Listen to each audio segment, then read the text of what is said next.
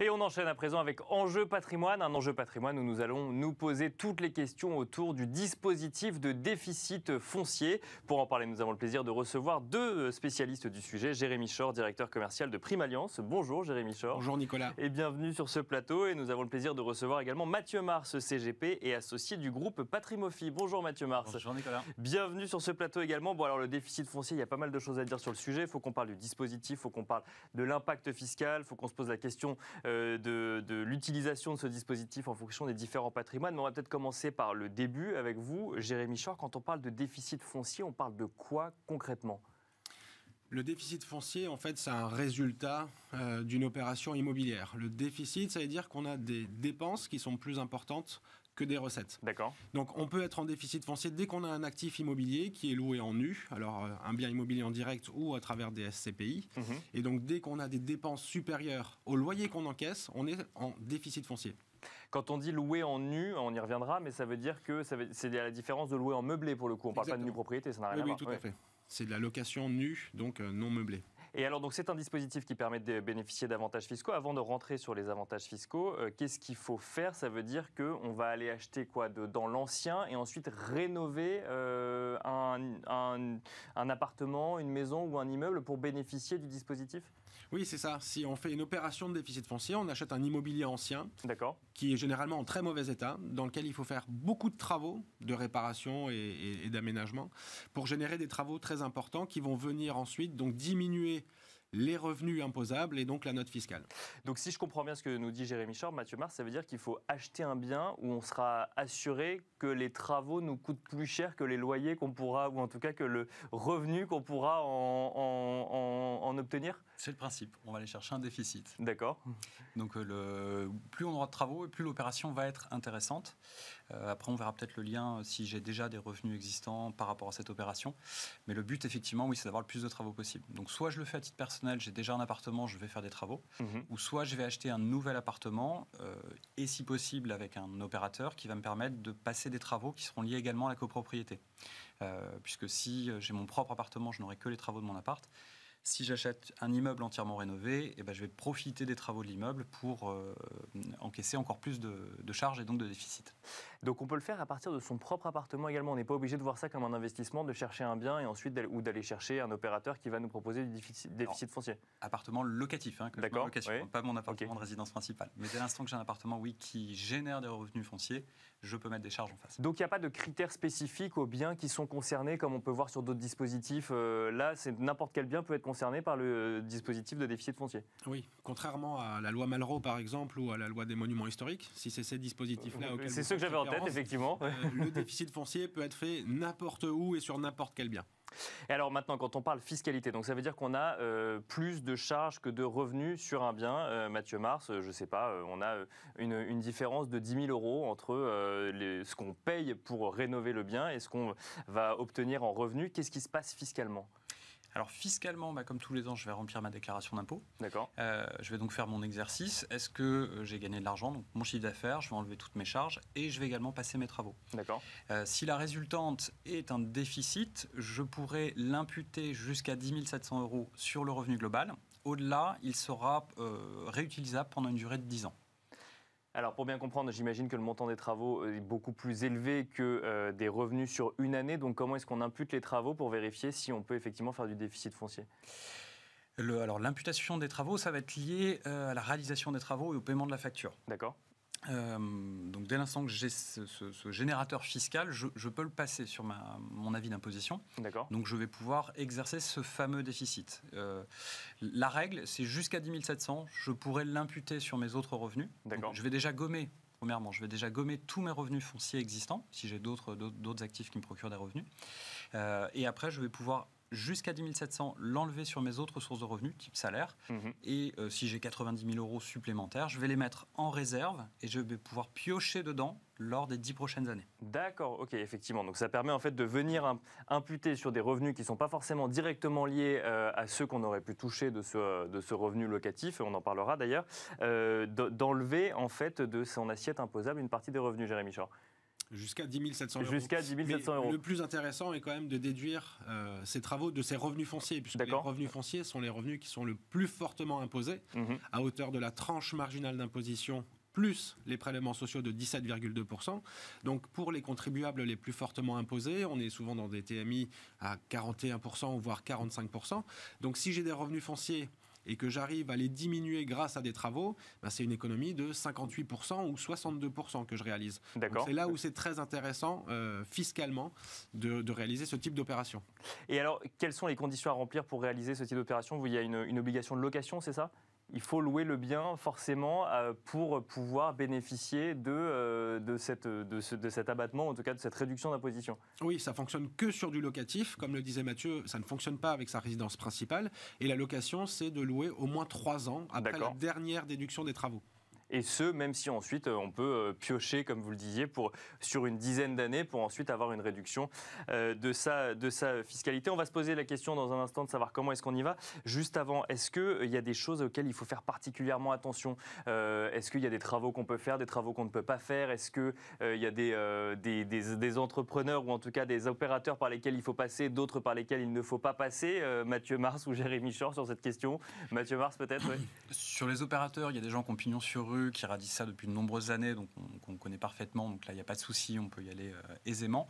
Faut toujours faire attention à l'opération qu'on va réaliser par soi-même avec un entrepreneur local. J'ai pas de garantie sur la finalisation des travaux, j'ai très peu de garantie financière derrière. Si vous travaillez avec des opérateurs de taille plus importante, on a un passif, on a une connaissance de ce qu'ils ont réalisé, parce qu'il faut regarder aussi la qualité des travaux. Bien sûr. Donc ça, c'est des choses importantes à regarder, oui. Jérémy Chor, sur les choses auxquelles il faut faire attention, effectivement. Alors, comme toujours dans l'immobilier, j'ai envie de dire, il faut faire attention à l'emplacement de l'appartement qu'on achète, au prix auquel on l'achète et bien sûr à la bonne garantie de réalisation des travaux. Parce que tous ceux qui ont fait des travaux le savent, ça peut vite devenir compliqué. Bien sûr. On a souvent des retards, on a souvent des problèmes avec des entrepreneurs, des non-livraisons de matériel, etc. Donc il faut s'assurer bien sûr que les travaux vont être bien réalisés et souvent c'est en passant par une solution clé en main qu'on se garantit en fait de ces conditions-là. Est-ce que l'administration fiscale va vérifier ? Parce qu'effectivement, moi je pose la question parce que je compare à d'autres dispositifs. Là, on est sur du déficit foncier. À partir du moment où il y a du déficit, en fait, on considère qu'on rentre dans les clous. Ça veut dire quoi ? Qu'on va montrer un certain nombre de factures, dire voilà, ça m'a coûté tant et c'est bon, en fait, je rentre automatiquement dans le cadre du déficit foncier. Oui. Il n'y a personne qui va venir chez vous vérifier pour voir si vous avez bien fait les travaux sont bien ou mal faits, comme ça aurait pu être dans du Malraux ou dans d'autres dispositifs. Très bien. Alors du coup, maintenant la question, c'est est-ce qu'on se lance en direct ou en SCPI ? On peut peut-être commencer avec vous, Jérémy Chor. Du coup, vous êtes plutôt l'ambassadeur des SCPI sur ce plateau. Oui. Comment est-ce qu'on fait du déficit foncier en SCPI ? En fonction de sa situation, de ses objectifs et de ses moyens et de son appétence pour l'immobilier en direct ou pas. D'accord. Il y a des amoureux de la vieille pierre qui vont privilégier un investissement immobilier en direct parce que l'immobilier leur parle et parce qu'ils projettent peut-être par la suite de vivre dans cet appartement ou de l'utiliser comme un bien de transmission patrimoniale, etc. Et puis, il y a les investisseurs qui n'ont pas le temps, n'ont pas l'envie de s'en occuper et qui vont préférer passer par le biais de la pierre-papier parce qu'on leur offre une solution clé en main et on s'occupe de rien. Et surtout, on a moins de risques, je dirais, puisqu'on est dans une solution qui est diversifiée. Si vous achetez un appartement, tout le risque dépend de cet appartement. Est-ce qu'il va être loué ? Est-ce que mon locataire va payer les loyers ? Est-ce que la ville dans laquelle j'ai acheté va prendre de la valeur ou pas ? Alors que quand je suis dans une SCPI, finalement, j'investis dans une dizaine d'immeubles différents, dans une cinquantaine d'appartements peut-être. Donc, je suis beaucoup plus dilué en termes de risques. Et qui font du coup, là par exemple, si je prends l'exemple des SCPI, qui vont sur ces dizaines d'immeubles, vont tous faire du déficit foncier par exemple. Oui, on est dans un dispositif déficit foncier, donc là tous les immeubles sont acquis pour ça. Des immeubles anciens où, comme disait Mathieu, on va rénover à la fois les parties communes et les parties privatives pour générer beaucoup de travaux et donc générer du déficit foncier. Et alors dans quel cas, Mathieu Mars, on y va en direct ? C'est quand on a un coup de cœur, on veut étendre son patrimoine immobilier propre et là on se dit tiens, si je passais par du déficit foncier, si j'ai conscience de ce dispositif, en fait ça me permet d'aborder différemment mon achat ? Il y a toujours deux choses. Vous avez les gens qui achètent de l'immobilier en se projetant dedans. D'accord. Alors, on ne peut pas aller leur rencontre. Hein. Mais voilà, ces gens-là, on ne pourra pas du coup les emmener sur de la SCPI, enfin plus difficilement. Mais pour moi, la bonne chose quand on réalise ce type d'opération, c'est surtout de voir le pilotage que l'on peut avoir. Quand vous faites une opération en direct sur une seule mono-opération, vous allez pouvoir piloter vos travaux, donc le déblocage de vos travaux en fonction de différentes années. On n'est pas obligé de tout passer sur la même année. D'accord, ok. On peut piloter ça sur entre 1 et 4 ans maximum, on va dire. Et alors, si je fais une partie des travaux en première année et une partie des travaux en année 4, est-ce que ça veut dire que du coup, les 10 ans deviennent 14 ans de report sur la fiscalité ? Exactement. D'accord. Il y a ce premier point qui peut être intéressant. Après, on peut justement jongler. Est-ce que je veux uniquement gommer des revenus fonciers existants ou est-ce que je veux aller piocher dans ces 10 700 ou créer de la réserve ? Donc ça c'est des mécanismes qui peuvent être très intéressants sur le long terme. Et surtout, je vais pouvoir piloter ma sortie. Moi, c'est le principal souci que j'ai sur la partie SCPI, c'est la sortie. J'achète un actif immobilier, j'attends mes 3 ans pour ne pas avoir de requalification sur les déficits que j'ai créés. Je peux tout à fait le passer en meublé pour avoir un autre avantage fiscal, ou je peux le garder 25, 30, 50 ans, le transmettre à mes enfants. Ça, c'est pour moi les gros avantages de le faire en direct. Et après, il n'y a pas trop de notion de volume. Sur la SCPI, le gros avantage, c'est que vous allez pouvoir le faire, je pense, à partir de 5 000 €, je crois, de mémoire à peu près. Voilà. Oui, alors qu'effectivement, acheter un bien à 5 000 €, effectivement, là, c'est plus complexe. Mais... C'est introuvable. C'est vrai que Mathieu Mars soulève un point, Jérémy Chor, c'est sur le calendrier quand on fait ça en SCPI. C'est-à-dire qu'effectivement, quand on souscrit à une SCPI, est-ce qu'elle a déjà acquis les immeubles et lancé les travaux et donc du coup, en fait, on intervient en cours de route ou on intervient forcément au début avant que cela soit en train de se lancer ? Alors, on intervient au démarrage. Il y a des millésimes de SCPI de déficit foncier tous les 2 ans à peu près. Donc, c'est-à-dire que la société de gestion va d'abord être dans une phase de collecte d'argent auprès des épargnants qui va lui permettre d'acheter les immeubles, de réaliser les travaux, etc. Donc on ne rentre pas au bout de la 5e ou de la 6e année dans une SCPI de déficit foncier. On arrive forcément à l'entrée et on va avoir un calendrier de travaux qui va être imposé par la société de gestion, mais on le connaît au départ. Soit on est dans un système où on a une quarantaine de % de travaux, par exemple, qui vont être réalisés en une année, soit on peut avoir 55% qui vont être réalisés sur 2 ans.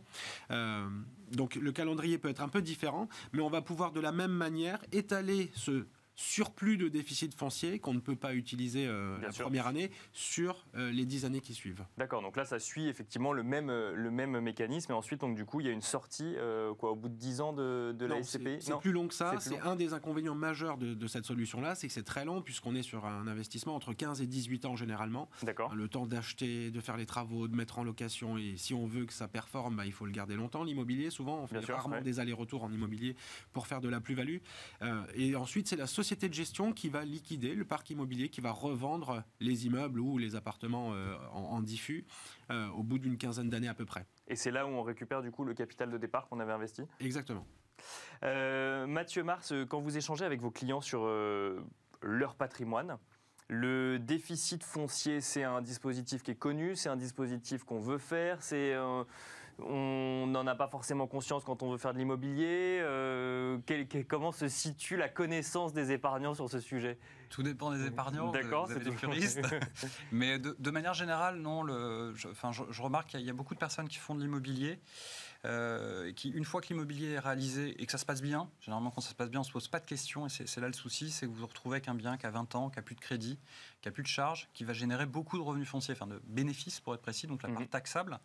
Et là, en fait, sur des solutions simples de mécanismes de déficit foncier, donc en mettant en place une nouvelle opération, on peut déjà optimiser la première. D'accord. Ouais. La deuxième, la nouvelle opération de déficit foncier va avoir du sens, mais on peut déjà elle va permettre de réduire les revenus qu'on a de cette première opération. La fiscalité. La fiscalité, bien sûr. Et donc augmenter la rentabilité de vos précédentes opérations. Ça, c'est un point qui est très, très, très important. On voit, on a beaucoup d'opérations fiscales qui arrivent en fin de fiscalité. On n'a plus d'avantage fiscal et on a en complément de la fiscalité qui intervient sur les bénéfices qui sont taxés. Donc ça, en mixant ces opérations-là, des anciennes et du déficit foncier, on arrive à réoptimiser la rentabilité globale d'un patrimoine. Jérémy Chor, quand on va sur de la SCPI, du coup, ça fait partie des SCPI fiscales pour le coup, en plus une SCPI de déficit foncier. On y va effectivement quand on a des patrimoines en fait un peu conséquents et qu'on veut réduire une partie de l'imposition qu'on peut avoir ou quand on a déjà des revenus de salaire d'un côté et des revenus d'autres sources de revenus par ailleurs. Alors, on peut avoir deux typologies d'investisseurs là-dessus. Soit on n'a pas du tout de revenus fonciers et on va pouvoir utiliser une partie de ces déficits fonciers pour gommer son revenu global, mais à hauteur de 10 700 €. Bien sûr. Donc, on va faire un petit investissement, entre guillemets, 38, 40 000 à peu près, pour optimiser ces 10 700 sur 2 ans. Bien sûr. Et donc, si je suis dans une tranche marginale d'impôt élevée, ça me fait une économie quand même sympa. Et il y a effectivement des propriétaires fonciers qui ont un beau patrimoine immobilier, beaucoup de revenus fonciers, qui sont très lourdement taxés et qui, eux, vont utiliser ce mécanisme-là pour, comme disait Mathieu, justement, optimiser la rentabilité de ces investissements en diminuant la note fiscale. Et alors, ce sera la dernière question, Mathieu Mars. Je pose la question, même si ça semble évident au vu des réponses que vous avez données. On peut cumuler ce dispositif avec d'autres dispositifs ou au bout d'un moment, l'administration fiscale nous dit attention, là par contre, il y a trop de dispositifs fiscaux? Il n'y a aucune limite par rapport au nombre de dispositifs. Et chose importante, on n'est pas sur de la réduction d'impôt. Donc on ne rentre pas dans ce plafond des 10 000 €. C'est de la déductibilité de l'assiette. Donc il n'y a pas de plafonnement à prévoir. La seule contrainte qu'on aura au bout d'un moment, c'est l'endettement. D'accord. Est-ce qu'on peut encore lever de la dette pour faire ces opérations-là? Donc j'imagine qu'on peut faire une SCPI de déficit foncier avec d'autres SCPI à côté et qu'il n'y a pas de limite, là pareil, de l'administration fiscale sur le sujet. Non, pas du tout. C'est complémentaire, je dirais, puisque avec des SCPI classiques, on va générer des revenus fonciers. Bien avec sûr. la SCPI de déficit foncier, on va diminuer, on va déduire justement des travaux de ces revenus fonciers pour diminuer, encore une fois, le montant de l'impôt qui sera payé. Donc la rentabilité nette sera d'autant plus importante. Merci beaucoup Jérémy Chor. Je rappelle que vous êtes le directeur commercial de Prime Alliance et merci Mathieu Mars, CGP et associé du groupe Patrimofi. Merci à vous de nous avoir suivis et je vous donne rendez-vous demain à 13 h sur Bismart pour un nouveau numéro de Smart Patrimoine.